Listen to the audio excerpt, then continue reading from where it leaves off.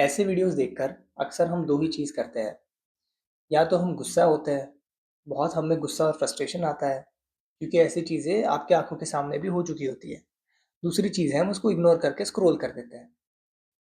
पर ये सवाल उसको इग्नोर करने का या उस पे गुस्सा करने का नहीं है। ये सवाल है कि ये बिहेवियर कितना नॉर्मलाइज़ हो चुका है। हम उसको एक्सेप्शन समझते ही नहीं है। हम उसको समझते हैं कि ये तो चलता है, इतना तो आदमी सा हिंदुस्तान है तो इतना तो आदमी करेगा ही, ये तो थूकेगा ही, ये तो कचरा फेंकेगा ही। अब पॉइंट ये है कि क्या हम सिविक सेंस लोगों को समझा नहीं पा रहे हैं। सिविक सेंस तो बहुत बड़ा कोई फिजिक्स का कॉन्सेप्ट है नहीं जो हम समझा नहीं पा रहे हैं कि भाई रॉकेट छोड़ना है हमें बाहर। तो क्या दिक्कत आ रही है? What is the problem? इतना नहीं समझा पा रहे हम लोगों को कि रोड गवर्नमेंट का नहीं है, रोड हमारा भी है, रोड आपका भी है।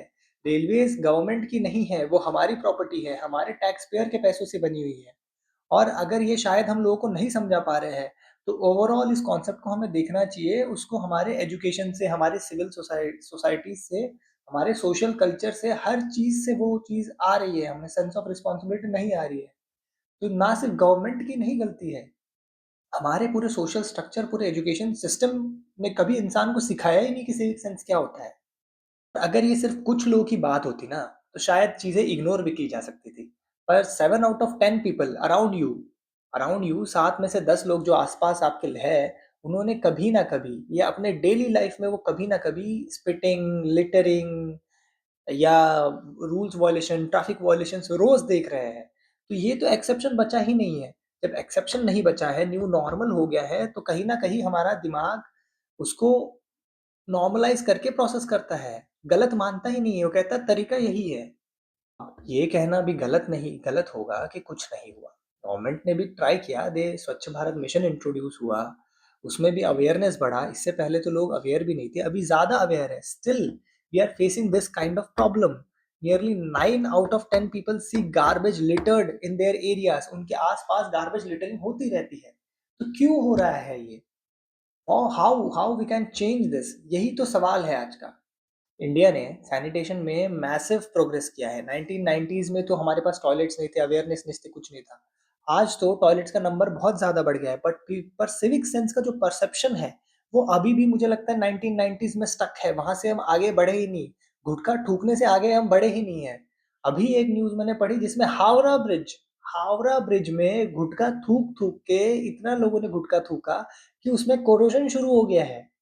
आप सोच रहे हो एक इतना बड़ा स्टील का स्ट्रक्चर गुटखा थूकने से करोड़ होने लग गया है।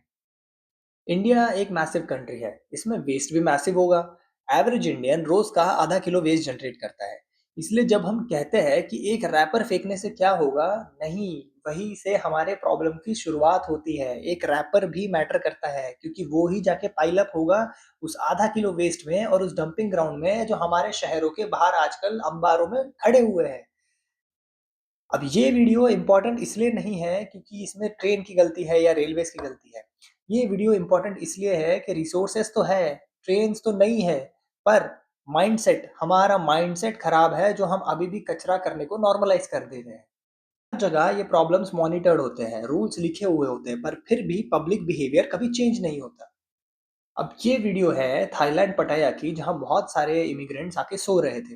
अब वहाँ तुरंत बोल दिया गया कि ये सारे इंडियंस हैं, कि ये इंडियन टूरिस्ट है और ऐसे आके लापरवाह पड़े हुए हैं। बट ऐसा नहीं था, वो एक्चुअल में बांग्लादेशी इमिग्रेंट्स थे। पर ऐसा क्यों होता है कि जब भी कहीं पे कुछ गलत होता है तो इंडियन टूरिस्ट का नाम आ जाता है? क्यों? क्योंकि हरकतें हम वैसे कर रहे हैं। हाँ, ऐसे बहुत सारे वीडियोस हैं, इसमें तुम्हें दिख रहा होगा कि इंडियन टूरिस्ट ने जहाँ जा जाकर अपनी बेइज्जती करवाई है। अब उन्हें तो लग रहा है कि वो बहुत बड़ा काम कर रहे हैं, बट उनको ये नहीं समझ रहा है कि वो सिर्फ अपना नहीं पूरे देश का नाम बदनाम कर रहे हैं।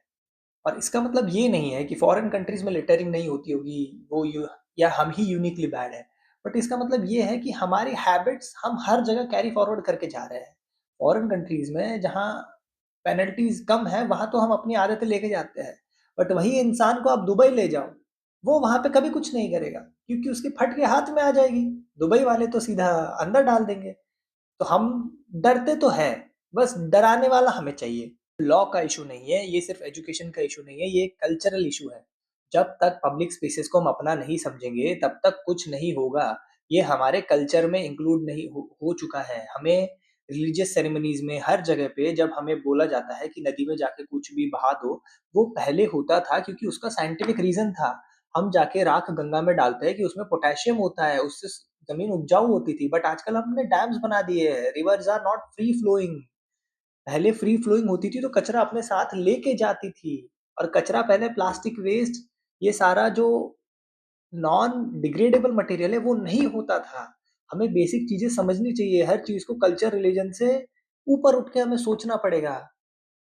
सब डिस्कशन के बाद शायद अगला वायरल वीडियो किसी और का होगा, अगला डिसीजन ज़रूर हमारा होगा, है कि नहीं?